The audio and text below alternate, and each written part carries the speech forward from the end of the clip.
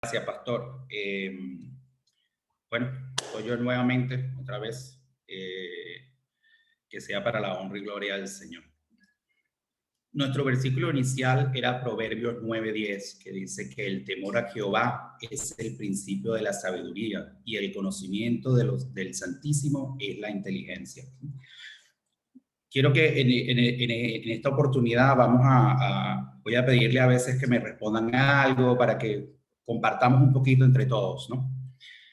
Nosotros hemos escuchado mucho este versículo y sabemos que hay otros que hablan de lo mismo. Recuerdo ahora Salmos 111:10 y Proverbios 1:7. Y no significa que estos sean los únicos que hablan sobre esto. Posiblemente sean aquellos que puedan expresarlo de alguna forma directa.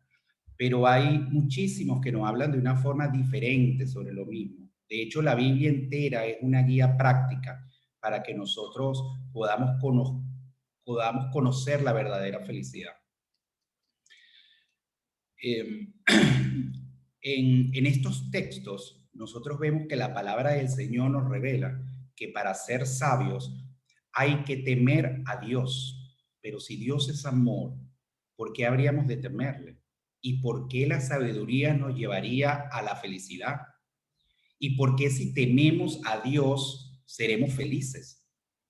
Quiere decir entonces que si nosotros no le tememos, entonces vamos a ser infelices. Hay muchísimas preguntas que nosotros pudiéramos hacernos en referencia a estos conceptos, ¿no?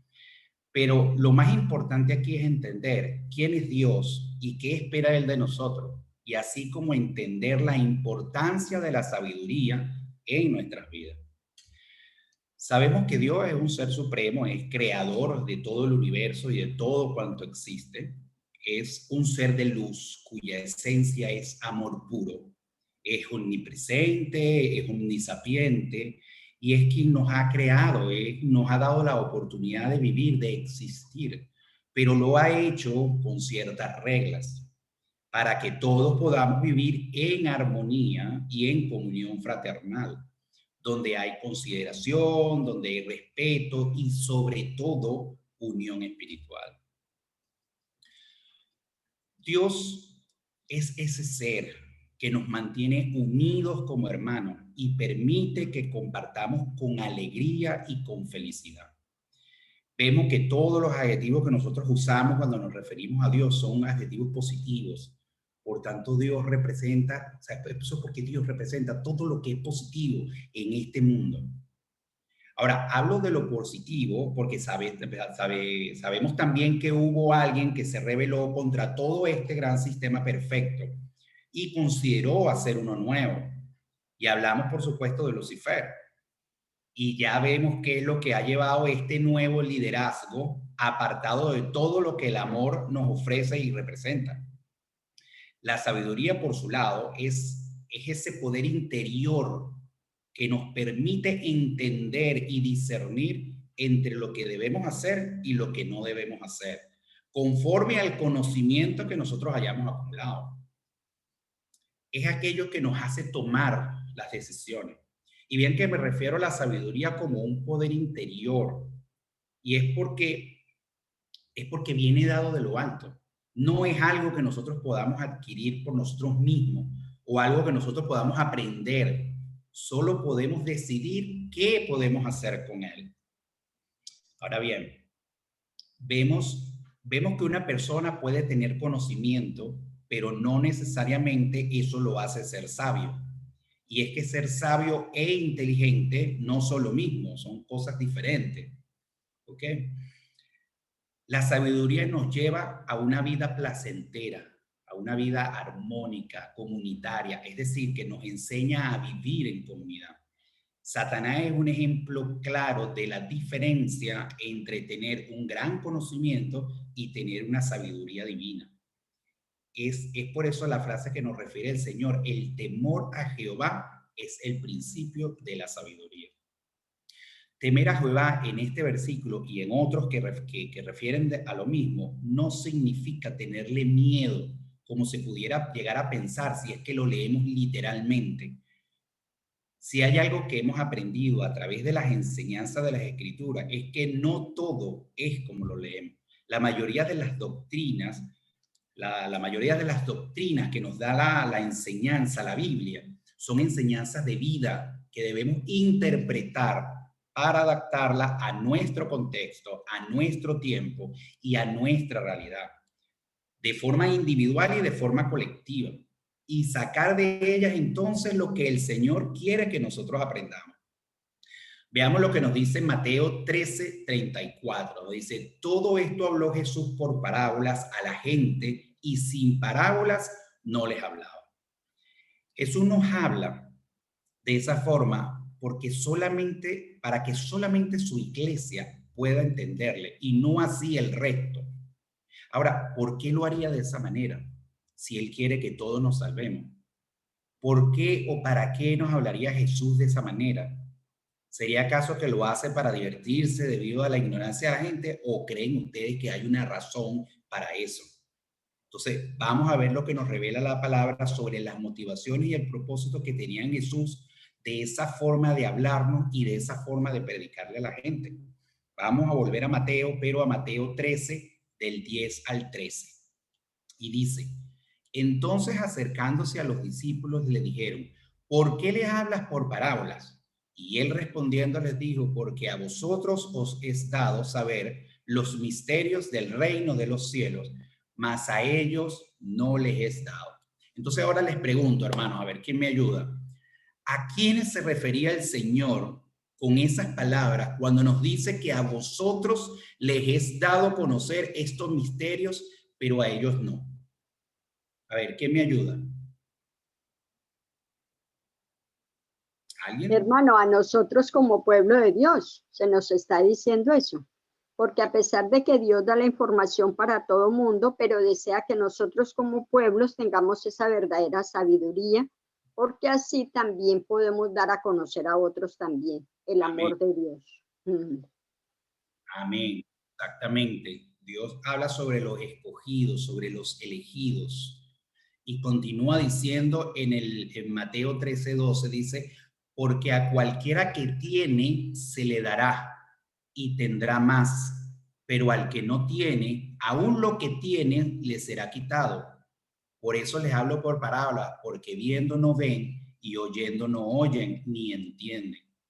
¿A qué se refería el Señor cuando nos dice que lo poco que tenemos nos será incrementado, pero lo que no tienen, incluso lo que tengan, les será arrebatado? ¿Qué creen ustedes que puede hacer eso? ¿A qué creen ustedes que se refiere el Señor?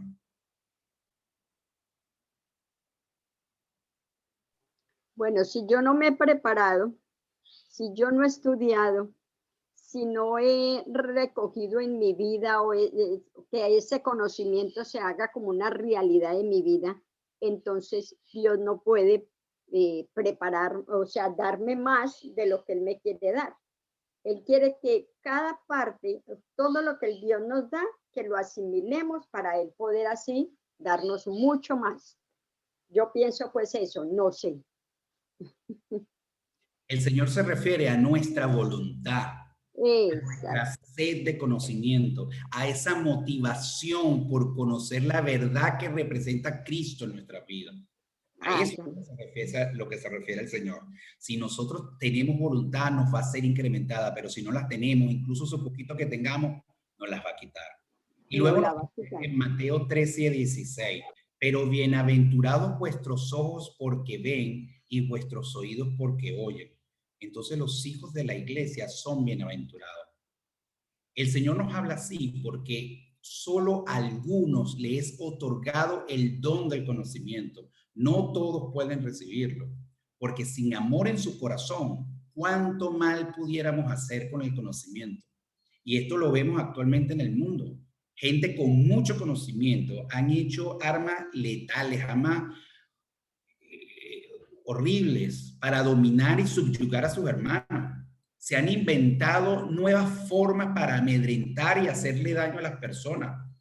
Hasta han llegado a crear una pandemia para causar terror y así poder dominar la vida de las personas. ¿Hasta dónde ha llegado la maldad?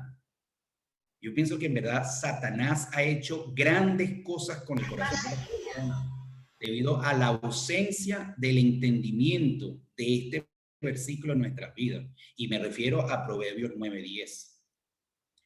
Notemos entonces que el conocimiento no nos da la sabiduría, ya que la sabiduría es saber qué hacer con el conocimiento. El conocimiento es solamente información que nosotros acumulamos y la recordamos, pero la sabiduría es ese poder que viene de nuestro interior. No es algo que nosotros aprendemos, sino que se siente a través de la conexión que nosotros logramos, o bien con Dios o con Satanás. A veces se dice que, bueno, yo no tengo una gran conexión con Dios, pero eso tampoco significa que lo tenga con el diablo. O sea, eso es muy exagerado. Pero lo que no entienden, hermano, es que solamente hay dos caminos: el que lleva a Dios y el que sigue a Satanás. No hay más. Uno es una línea recta, una sola dirección, angosto, escabroso, ciertamente complicado de transitar en este mundo. Y otro es ancho, con muchas bifurcaciones y con muchas opciones, unas con mejores vistas que otras, pero todas se ven bien para transitarlas y llevan a diferentes lugares, los cuales nos dan opciones. Y créeme que a la gente le encanta tener diversidad, tener opciones. Si solo supieran que uno de esos caminos lleva a un destino hermoso, hermoso y lleno de vida, y el otro en algún momento de nuestras vidas se va a venir al suelo como si hubiese un terremoto y nos tragará, nos va a tragar la tierra llevándonos a la muerte definitiva. Ahora, ¿cómo logramos nosotros llegar o conseguir tener esa sabiduría de la que habla la Biblia? Esa sabiduría con la cual fue bendecida Salomón. Y no se te que Salomón no solamente fue bendecido con sabiduría, sino que también tenía el gran conocimiento, pero sabía qué hacer con ese conocimiento. Esa conexión con la sabiduría la logramos, como nos indica en el versículo de apertura, en Proverbios 9:10, con el temor a Jehová, no a través del miedo, sino del respeto, del amor. Y es que esas son las características que a nosotros nos permiten tener una conexión real con el Señor. Y así podemos entonces escuchar su voz. Las personas piensan que escuchan a Dios, pero yo me pregunto a veces cómo sabemos si es Dios quien nos habla o es Satanás haciéndonos creer que son palabras del Señor. Yo les pregunto, hermanos, y a ver quién me puede decir, ¿cómo creen ustedes? A ver, hermanita Luz Dari, ayúdeme, ¿cómo cree usted que Satanás se hará presente en su vida? Bueno, Satanás se va a hacer presente tentándome en diferentes formas. Quizás en lo que más me guste o quizás en lo que más desprecie. En alguna de las dos maneras, pero el todo es hacernos caer. Si estoy luchando por mejorar, por ejemplo, vamos a poner un ejemplo, mi carácter, entonces él me va a poner pruebas en cuanto a mi carácter para que sea dañado y no haga el esfuerzo de mejorarlo. Exacto.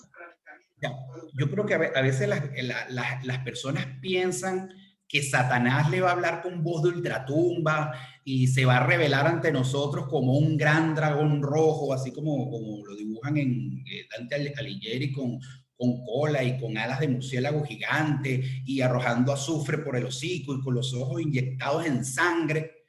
¿O más bien creen ustedes que Satanás se va a revelar de una forma agradable y placentera entre nuestros ojos? Yo creo honestamente que es la segunda.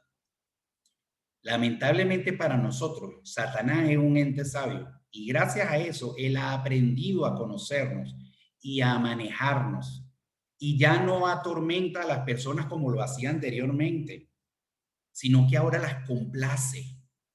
Porque yo creo que él se dio cuenta que esa es la forma más fácil para desviarnos del camino. Si nosotros obligamos a alguien por la fuerza o a las malas a hacer algo, puede que momentáneamente lo hagan, pero más tarde que temprano existe la posibilidad, y ciertamente puede ocurrir, de que esas personas se van a rebelar.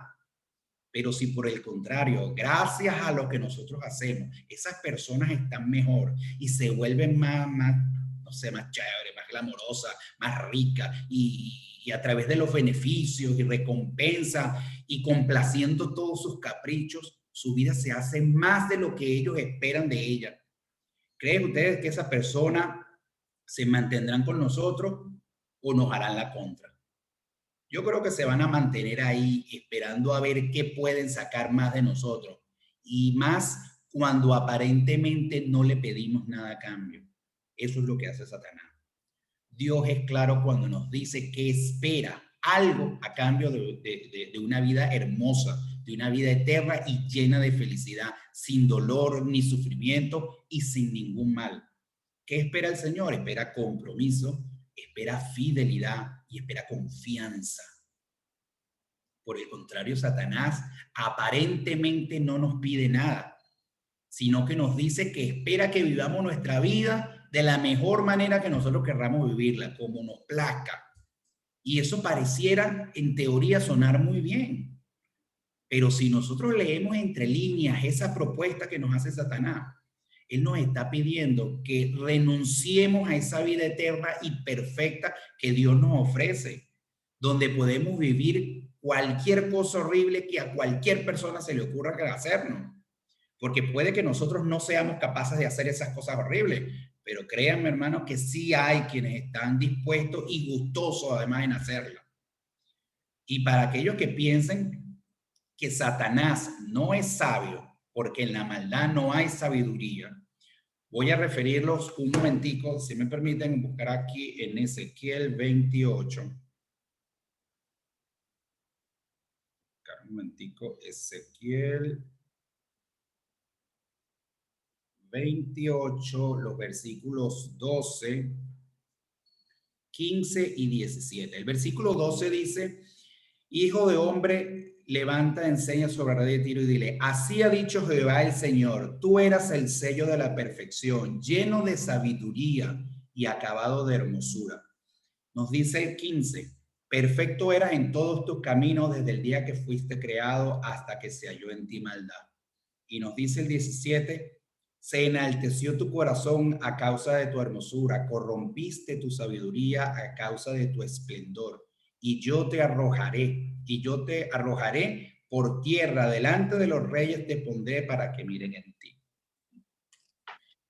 Entonces, me gustaría resaltar dos frases de las que hemos leído en este momento. Una que está en el versículo 12, que dice: tú eras el sello de la perfección, lleno de sabiduría.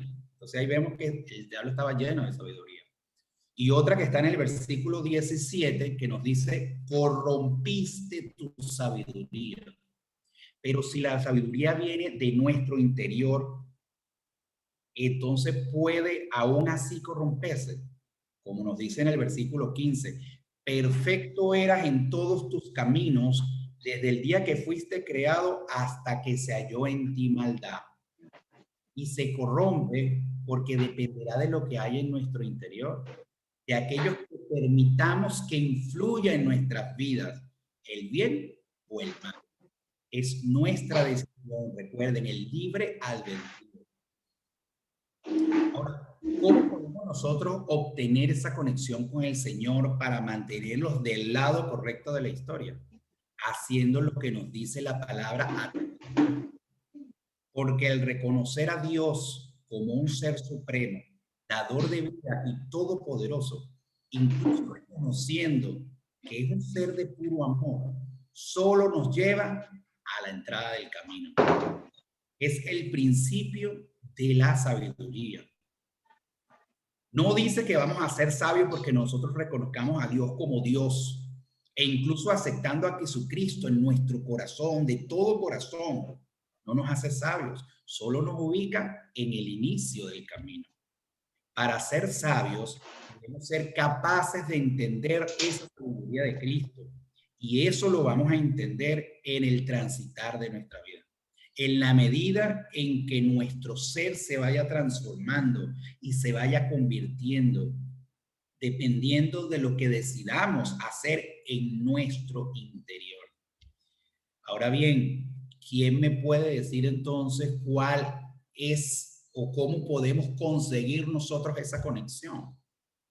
¿Quién me ayuda? ¿Cómo creen ustedes que nosotros podríamos conseguir esa conexión con el Señor? A través de la oración, hermano. Amén, amén. Y del estudio de la palabra. El estudio de la palabra y la oración son fundamentales. Son fundamentales. Amén. Haciendo la obra misionera, porque recuerde que las tres cosas van juntas. Nosotros estamos cerca de Dios cuando recibimos, cuando lo practicamos y cuando lo compartimos. Amén. Amén. Amén. Vamos a referirnos a la oración, que es la parte donde yo quiero concentrar en este momento nuestra conversación. Ahora, yo les quiero preguntar algo. ¿Nuestra vida de oración es caliente o está fría? O más o menos, como dicen por ahí, algo tibia. Yo les voy a comentar, las personas beben el té o caliente o frío. Beben el café o caliente o frío. Pero yo no creo que haya nadie que le guste ni el té ni el café tibio o a temperatura ambiente. Cuando ustedes van a un negocio y ven en los negocios, en la lista de productos que ofrecen todo lo que venden, siempre se ve té caliente, té frío, café caliente, café frío, pero en ninguna parte nosotros vemos el café tibio o café ambiente o té tibio, té ambiente. Eso no es porque eso no le gusta a nadie. De igual forma, al Señor no le gustan las personas tibias. Él prefiere, y nos lo dice en su palabra, que seamos calientes o que seamos fríos. Es decir, que nos decidamos. Vamos a decidirnos por algo, pero la falsedad la aborrece el Señor, más que si le diéramos la espalda. Porque cuando nosotros le damos la espalda al Señor, existe la posibilidad de que nosotros en algún momento reaccionemos y dándonos cuenta de nuestro error, demos la vuelta y entonces nos encaminemos hacia Él. Pero cuando usamos la hipocresía como un medio de comunicación, esa falsedad con la que nosotros nos comunicamos nunca nos va a permitir darnos cuenta de ese error, porque pensamos que estamos bien. Como dicen por ahí, un tiro al gobierno y otro a la revolución. No, es que yo estoy bien con Dios y con el diablo. Esas son frases crudas, pero tienen mucho error en ellas. Pero a Satanás le encantan, pero al Señor no. Como nos dice Cristo su palabra a través de Lucas 6:46. ¿Por qué me llamáis Señor, Señor y no hacen lo que yo digo? ¿Tiene sentido que nosotros tengamos un rey o que busquemos un rey cuando no tenemos pensado hacer lo que Él nos dice? Todos hemos vivido de alguna forma las mismas situaciones, probablemente de diferentes formas. Ciertamente debemos haberlas vivido de diferentes maneras, vistas de diferentes perspectivas. Todos hemos vivido momentos de grandes alegrías, como también hemos sufrido grandes frustraciones, grandes decepciones. Hemos vivido éxitos, pero también hemos tenido fracasos. Nos hemos sentido conectados con Dios, pero también hay momentos en los que nos hemos sentido desconectados o olvidados por Él. Hemos sido buenos en muchos momentos, pero también no hemos sido tan buenos en otros. Ahora, ¿por qué nos van bien nuestros asuntos en algunos momentos y en otros momentos no nos van tan bien? Sinceramente creo que se debe no a que Dios en verdad nos dio la espalda o se olvidó de nosotros o nos pone a sufrir, ¿verdad? Para demostrar nuestra devoción hacia Él. Yo creo que se refiere más bien, no estoy seguro, que se refiere más bien a nuestra conexión con el Señor. Y el problema es que nuestra conexión es intermitente. Es así como el internet.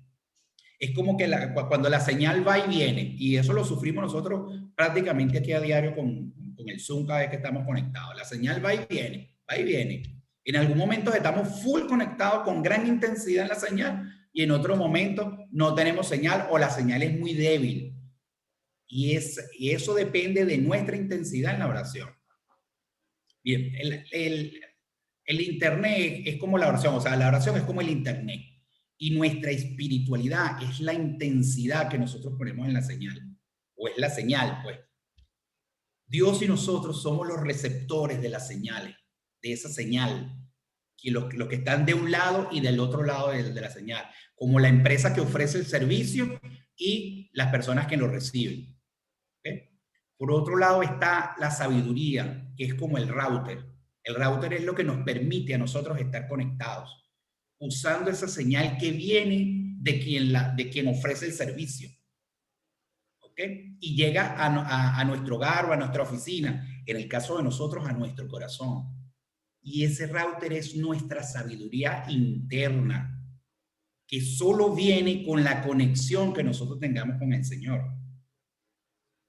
Pero además contamos con muchas ventajas y con una ventaja muy buena que nos da el Señor como proveedor de ese servicio. Y es que nos ofrece el Wi-Fi. Porque el Wi-Fi nos permite tener esa señal donde quiera que nosotros estemos y donde quiera que nosotros vayamos. Desde cualquier dispositivo, quiere decir desde cualquier parte. No tengo que estar anclado en un lugar específico para conectarme con Dios, como aquellos que piensan que debo ir a la iglesia para poder hablar con Dios. Sí, es bueno ir a la iglesia, por supuesto que sí. Es bueno visitar al Señor en su casa. Pero esta opción del Wi-Fi nos permite accesar a Dios desde cualquier lado 24/7. Para los que no sepan qué significa 24/7, 24 horas al día, los 7 días de la semana. Ahora, recuerden que el reconocer a Dios o aceptarlo es solamente el principio de la sabiduría. Ahora viene la intensidad con la que nosotros vamos a querer estar conectados. También es importante qué tan rápido nosotros nos conectamos con el Señor, es decir, esa velocidad en la conexión. Si tengo una baja velocidad o una alta velocidad, si tengo una baja velocidad, pues se demorarán mucho las cosas. Pero si yo tengo una buena velocidad, todo va a ser rápido. Esto es la intensidad que nosotros le impregnamos, la espiritualidad que nosotros pongamos en nuestra oración. Es decir, que todo va a depender de qué tan profunda e intensa nosotros lo hagamos. Nuestra conexión es de alta o de baja velocidad. Esto no significa, para aclararlo, orar rápido u orar lento. No se refiere a eso, no se refiere a la velocidad con que nosotros hagamos la oración, se refiere a la intensidad, a la profundidad de nuestra oración en conexión con el Señor. Cuando nosotros intentamos arreglar nuestras vidas, probablemente haremos cualquier cosa que nosotros consideremos necesaria para enmendarla o para corregirla.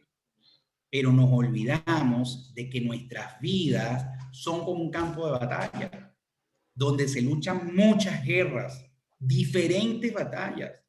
Unas se ganan y otras se pierden. En ambos lados de esa batalla hay personas quienes toman decisiones. Hay personas que hay quienes realizan las estrategias para vencer al enemigo. Y para vencer al enemigo hay que conocerlo. No se puede vencer a un enemigo el cual no se conoce. Ahora bien, ¿quién me puede decir quiénes son estos grandes estrategas? ¿Quiénes son? ¿Alguien? ¿Nadie? ¿Nadie sabe? Son Dios y Satanás. Son los grandes estrategas de ese campo de batalla. Ambos se conocen bien y han trazado una estrategia para vencer al enemigo. Y en cierto sentido, ambas son buenas estrategias, porque ambos han conseguido muchas victorias, pero también han sufrido derrotas. Y es que cada vez que el Señor pierde un alma, es un golpe a su corazón. Y creo que Él debe sentir con un profundo dolor el ver cómo alguien desperdicia todo cuanto nos ofrece por la migaja que le ofrece el adversario. Pero Él respeta nuestra voluntad. Ahora, lo primero que debemos identificar es en qué bando estamos. Así que les pregunto, hermanos, y por favor respóndame, ¿en qué bando estamos nosotros? ¿En el bando de Dios o en el bando de Satanás? Nadie. En el bando de Dios. Amén, amén. Gracias, hermana. Así Yo tenemos que estar. también me considero que estoy en el bando de Dios. Amén. ¿Hay alguien que crea que puede estar luchando por el bando de Satanás? No podemos. Nadie, ¿verdad?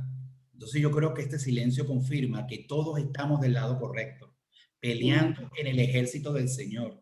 Y Él, Amén. como nuestro general, como nuestro estratega, nos avisa que tengamos cuidado porque el enemigo ha minado nuestro campo de batalla y conoce exactamente las ubicaciones de esas minas, y el Señor nos ofrece su ubicación, pero para eso nosotros tenemos que escucharlo. Pero si por el contrario nosotros nos adentramos solo por nuestra cuenta en ese campo de batalla, sin instrucciones y sin ese mapa de ubicación de mina, pues ¿cuál creen ustedes que pueda pasar con nuestro destino? ¿Perdón? Puede ser que eventualmente nosotros pudiéramos salir ilesos, pero no siempre va a ser así. Las estadísticas nos confirman que en algún momento pudiéramos tocar o pisar una mina y esa va a explotar abajo de nuestros pies y nos va a destrozar en pedazos. Entonces, hermano, yo les pregunto, ¿por qué adentrarnos solo en ese campo de batalla, a un campo minado, cuando tenemos la opción de caminar seguros con la ubicación exacta y correcta de cada una de esas minas, manteniéndonos así seguros y a salvos? Muchas personas han vivido experiencias trágicas por adentrarse solos en el campo de batalla. No hagamos lo mismo, no tiene sentido. También es importante que nosotros sepamos que no debemos adentrarnos solos, aunque conozcamos la ubicación de esa mina y tengamos el mapa en la mano, porque el enemigo nos acecha en trincheras que no están visibles ante nuestros ojos. Y cuando menos lo esperemos, nos van a acorralar y nos van a saltar de sorpresa y nos van a destruir o nos van a apresar. Así que siempre debemos ir con un contingente de respaldo. Ahora, ¿quiénes creen ustedes que son estos contingentes? A ver, ¿quiénes creen ustedes que son los contingentes que nosotros tenemos que tener de respaldo? Vamos, hermanos, actívense. Nadie. Bueno, los ángeles, el Señor mismo e incluso nuestros hermanos de fe, porque en ellos nosotros nos podemos apoyar. Si ustedes les preguntan a algunas personas qué pudieran cambiar o qué pudieran mejorar en sus vidas, es muy probable que les digan que hay muchas, pero si lo ponemos a elegir una de esas tantas cosas que quisieran cambiar, seguramente van a escoger su matrimonio o la relación que tienen con sus padres o la relación que tienen con sus hijos, porque de ahí, o sea, se refieren a la familia, porque de ahí se desenvuelven todas las demás cosas. Y es que hay quienes han decidido adentrarse en el campo de batalla del matrimonio o de una relación familiar solos, sin ese lazo de unión que Cristo significa, con el que nosotros fortalecemos nuestro hogar y con el que fortalecemos nuestro matrimonio. Muchas veces pensamos que lo único que hacemos bien es discutir, cuando en realidad el que nosotros discutamos mucho no significa que estemos haciendo las cosas bien. Todas las parejas y todas las familias tienen problemas, tienen fricciones de vez en cuando. Siempre eso pasa. Yo considero personalmente que gracias al amor de Dios tengo un matrimonio hermoso, un matrimonio lindo. Yo no cambiaría a mi pareja de vida por nada ni por nadie. Estoy seguro que fue escogida por el Señor. Pero incluso así de vez en cuando nosotros nos congeniamos y discutimos, pero siempre pasamos la página. Nos perdonamos y avanzamos. Y si alguien me perdona, si alguien piensa que soy de repente un poco ingreído porque pienso que Dios personalmente escogió mi pareja de vida, pues sí, yo sí creo realmente eso, porque sé que Jesús me ama tanto que Él hizo eso por mí y lo hizo Y lo hará también por ustedes. Y lo ha hecho por algunos de ustedes ya, porque hay muchos que somos casados. Porque Jesús no se equivoca cuando elige nuestra pareja. Jesús conoce nuestras necesidades antes de nosotros saberlas y nos manda a nuestra pareja antes de que nosotros siquiera pudiéramos darnos cuenta de que la necesitábamos a nuestro lado. Quien te ama te da siempre el mejor regalo de todos. Y el Señor, en mi caso, me dio a mi esposa, que trajo conmigo a mi familia. Ahora, ¿cuántos de ustedes creen haber ganado una discusión con su pareja, o con sus padres, o con sus hijos? ¿Cuántos y cuántos hemos orado nosotros por nuestras parejas o por nuestros familiares cuando estamos bien o luego de haber tenido una pelea o una discusión con ellos? Muchos pasan su vida en ese campo de batalla luchando contra quienes creen que son el enemigo, pero no nos damos cuenta por la niebla que hay en ese campo de batalla y debido a la corta visión que nosotros tenemos, que estamos luchando contra nuestros propios hermanos de batalla. Estamos luchando contra el enemigo equivocado. ¿Cuántos piensan que haciendo lo mismo que hacemos siempre vamos a obtener resultados diferentes? Albert Einstein definió a la locura como hacer lo mismo una y otra vez esperando resultados diferentes. Así que si nos fijamos bien, las escrituras son ese mapa que el Señor nos entrega, donde están descritas todas las estrategias de guerra y donde están ubicadas todas esas minas terrestres, esos problemas y esas tribulaciones que podemos tener en el camino. Podremos identificar claramente ahí quién es nuestro verdadero enemigo. Nuestra relación no cambia porque no depende de nosotros hacerlo. ¿Quién puede ilustrarme con un pasaje de la Escritura que me indique que nosotros somos los responsables de cambiar a las personas en este mundo? Pastor, por favor, usted que conoce bien las Escrituras, ¿podría ilustrarnos con algún versículo en la Biblia que nos diga que nosotros somos los responsables de cambiar el corazón de las personas?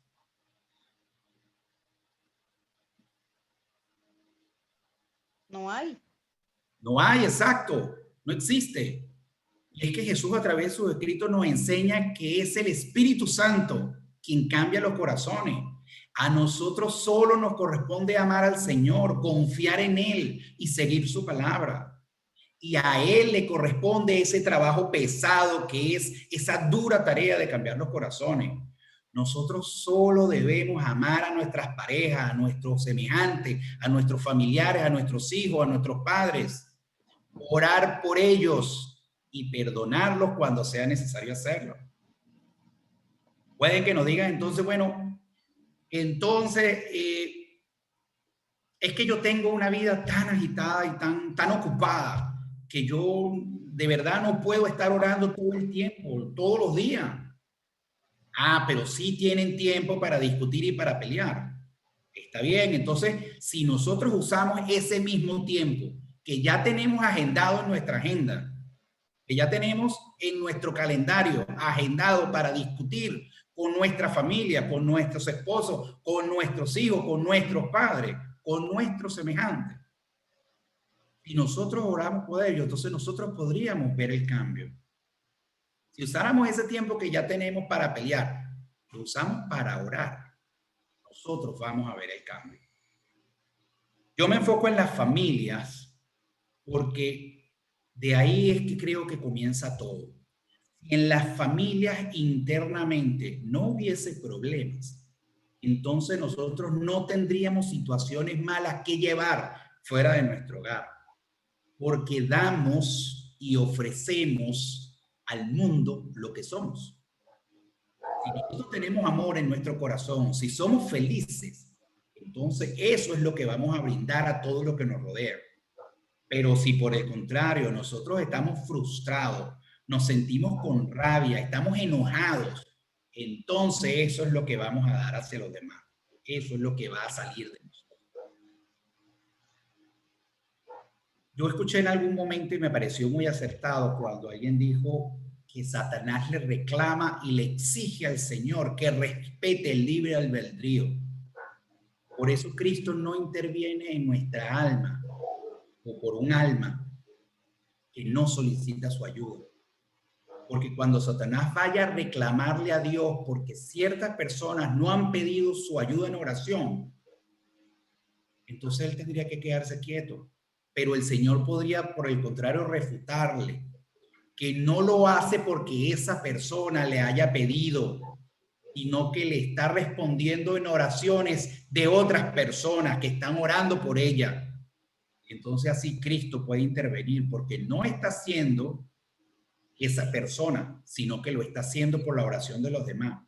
Pero si esa persona no ora y nadie ora por ella, pues entonces, ¿qué oportunidad tiene? Está solo en el campo de batalla, sin mapa y ciego. Nosotros tenemos que aprender a luchar con las armas adecuadas.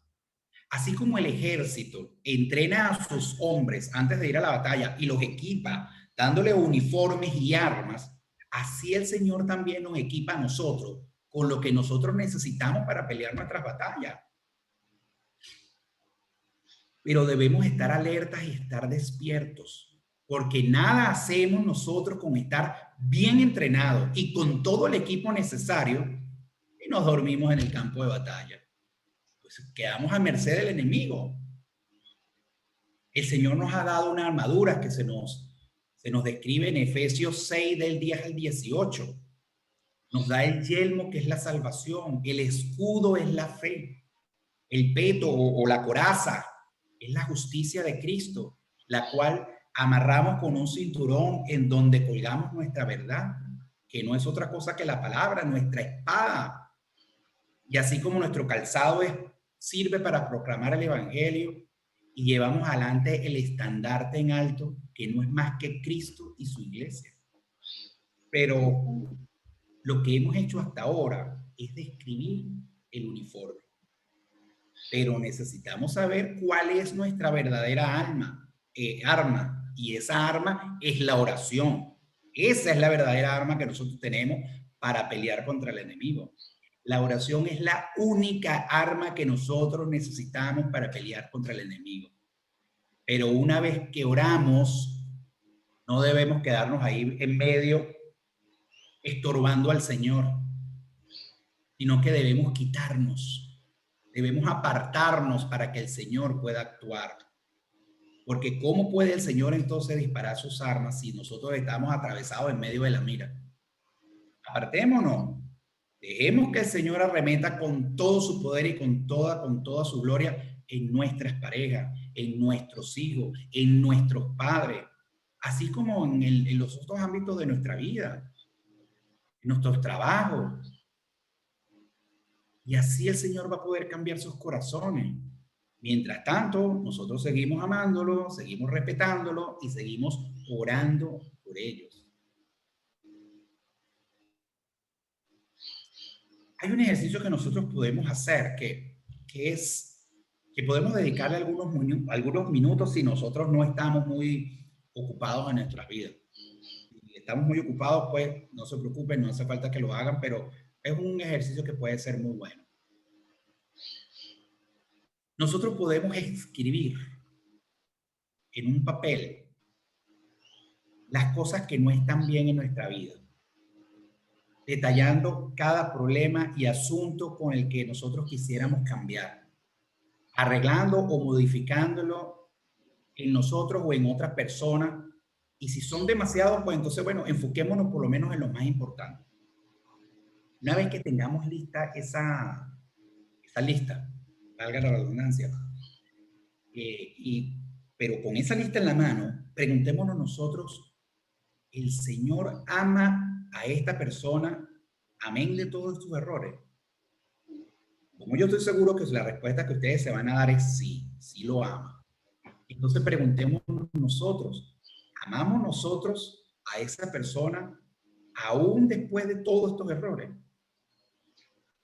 Y su respuesta bajo toda esa frustración o dolor es sí. Entonces esa persona y nosotros necesitamos solo la gracia del Señor Jesucristo. Pero si la respuesta llega a ser no, entonces somos nosotros quienes necesitamos que el Señor trabaje en nuestras vidas, porque no estamos honrando los mandamientos del Señor, como nos dice en la segunda parte de su tabla, ama a su prójimo. Si no, veamos todo lo que nos dice la palabra del Señor en Lucas 6, 29 al 45. Es un poquito largo, pero me gustaría ver, hermana Luz Helena, si usted me ayuda, por favor, búsquese en la palabra del Señor Lucas 6 y me lee del 29 al 45. Un momentico, hermano, porque tengo que traer la Biblia, que estoy lejitos porque se me estaba descargando el celular. Bueno, yo voy a comenzar. Dice, a partir del versículo 29. Al que te hiera en una mejilla, preséntale también la otra. Y al que te quite la capa, ni aún la túnica le quites, le niegues. A cualquiera que te pida, dale. Y al que tome lo que es tuyo, no pidas que te lo devuelva. Y como queréis que hagan los hombres con vosotros, así también haced vosotros con ellos. Porque si amáis a los que os aman, ¿qué mérito tenéis? Porque también los pecadores aman a los que le aman. Y si hacéis bien a los que os hacen bien, pues ¿qué mérito tenéis? Porque también los pecadores hacen lo mismo. Y si presentáis a aquellos de quienes esperáis recibir, ¿qué mérito tenéis? Porque también los pecadores presentan a los pecadores para recibir otro tanto. Amad pues a vuestros enemigos y haced bien y prestad, no esperando de ellos nada, y será vuestro galardón grande. Y seréis hijos del Altísimo, porque Él es benigno para con los ingratos y malos. Sed pues misericordiosos, como también vuestro Padre es misericordioso. No juzguéis y no seréis juzgados. No condenéis y no seréis condenados. Perdonad y seréis perdonados. Dad y se os dará. Medida buena, apretada, remecida y rebosando darán en vuestro regazo, porque con la misma medida con la que medís, os volverán a medir. Y les decía una parábola, ¿acaso no puede un ciego guiar a otro ciego? ¿No caerán ambos en el mismo hoyo? El discípulo no es superior a su maestro, mas todo el que fuere perfeccionado será como su maestro. ¿Por qué mira la paja que está en el ojo de tu hermano y no echas de ver la viga que está en tu propio ojo?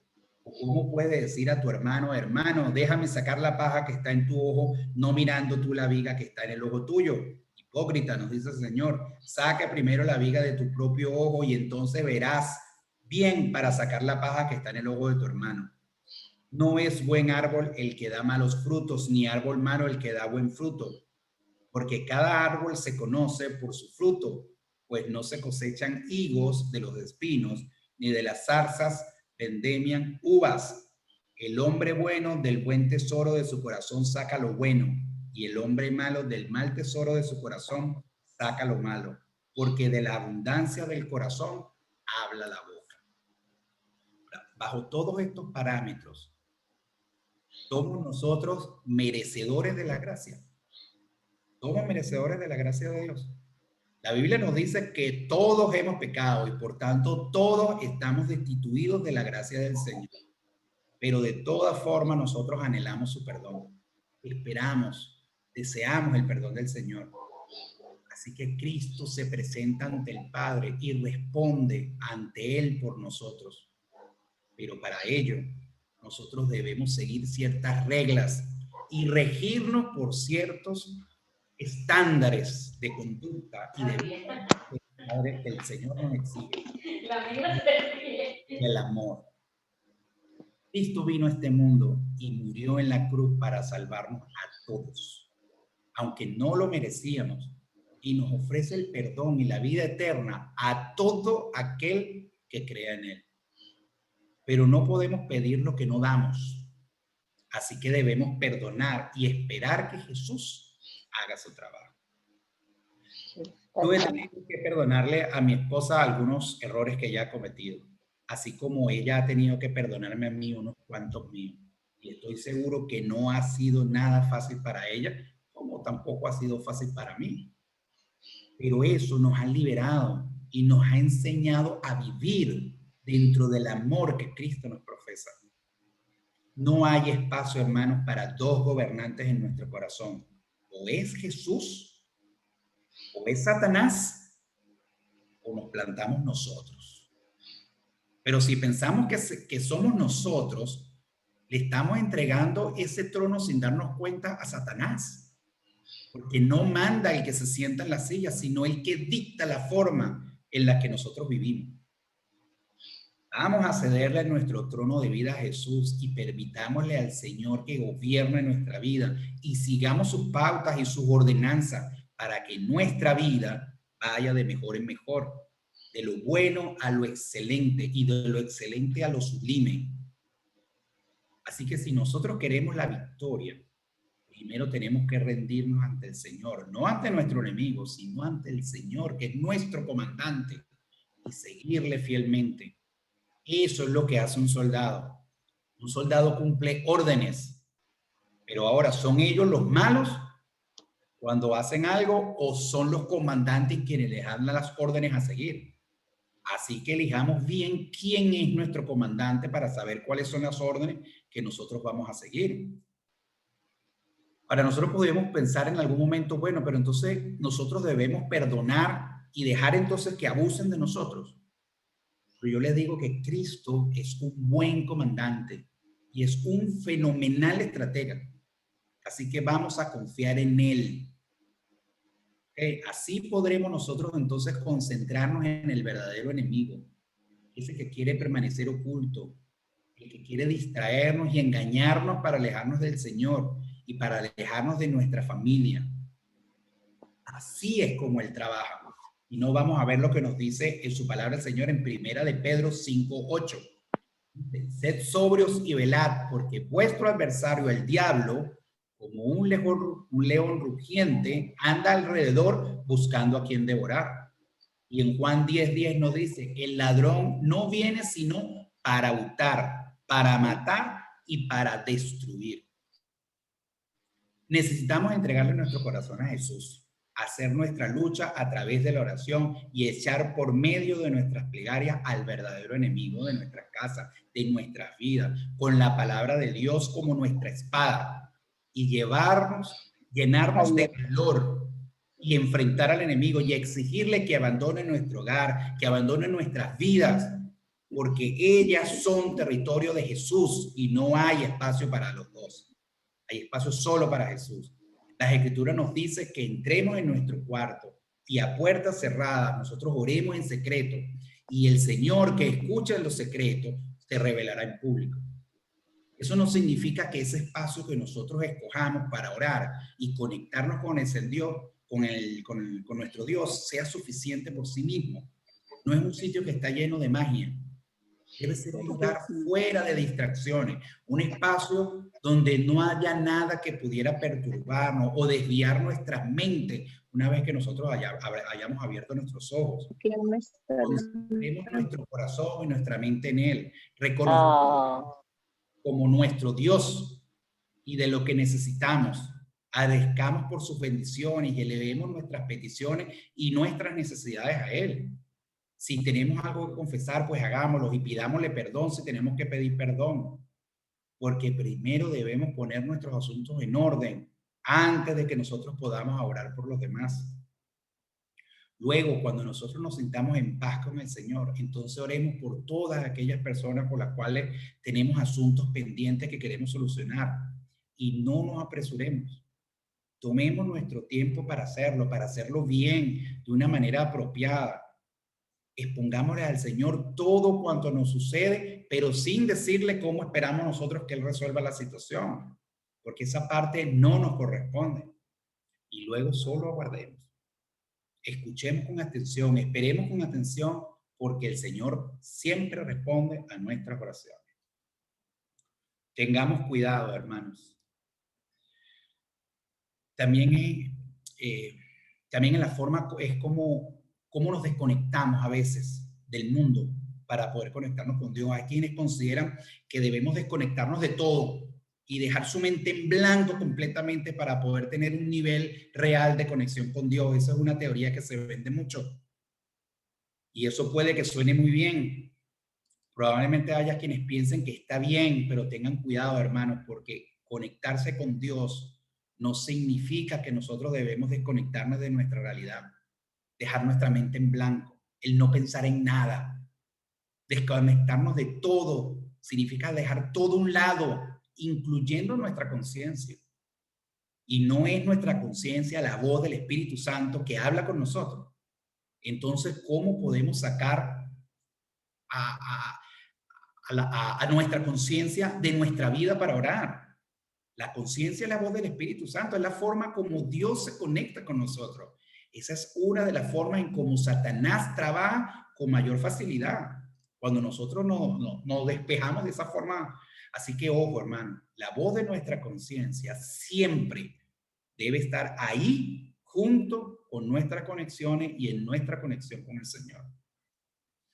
Cuando entendamos y sintamos que nuestra felicidad y que nuestro gozo proviene del amor que nosotros compartimos con Cristo y no proviene de nuestras parejas o no proviene de nuestros hijos, ni proviene de nuestros padres o nuestros amigos, de nuestras posesiones o de nuestros éxitos profesionales o personales, entonces nosotros vamos a poder ser verdaderamente felices, porque la fuente del amor que nos da la felicidad, la que nos da el gozo, estará siempre presente en nuestras vidas, porque el Señor nunca nos aleja de nosotros. Luego podemos apreciar con nuevos ojos todo aquello lo que nos rodea y apreciamos con mayor amplitud las bendiciones que el Señor nos otorga. Y si alguna ya no está o cambia, eso no va a afectar nuestro gozo, nuestra felicidad, porque la fuente de nuestra felicidad es Cristo y no otra cosa. Así que, hermanos, démosle gracia, honra y gloria a quien sabemos que lo merece. Entreguemos nuestro hogar al único y verdadero Dios. Saquemos a Satanás definitivamente de nuestra casa y sepamos que nuestra arma más poderosa de batalla, más allá de cualquier convicción, más de cualquier creencia, sentimiento o pensamiento que tengamos, es la oración. Esa es la conexión directa y personal con que Jesús y con el Padre se conectan a través de nosotros. A través de ella nosotros podemos lograr todo cuanto deseamos tener en nuestra vida, porque Cristo lo hará por nosotros. Apartémonos del camino y dejemos a Cristo trabajar en nuestras vidas y la de nuestros seres queridos, así como también en la de nuestros enemigos. Seamos felices, hermanos, firmes en nuestra fe y confianza en que Jesús va a obrar en su momento y de la forma correcta. Él es grande, Él es poderoso y es maravilloso. Gloria a Dios y a su Hijo que están en las alturas de los cielos esperando nuestra llegada, deseando vernos tanto como nosotros los deseamos vernos a Él. Alabado sea el nombre del Señor por siempre. Que la paz y las bendiciones del Señor estén siempre con todos ustedes. Es mi deseo en oración. Amén.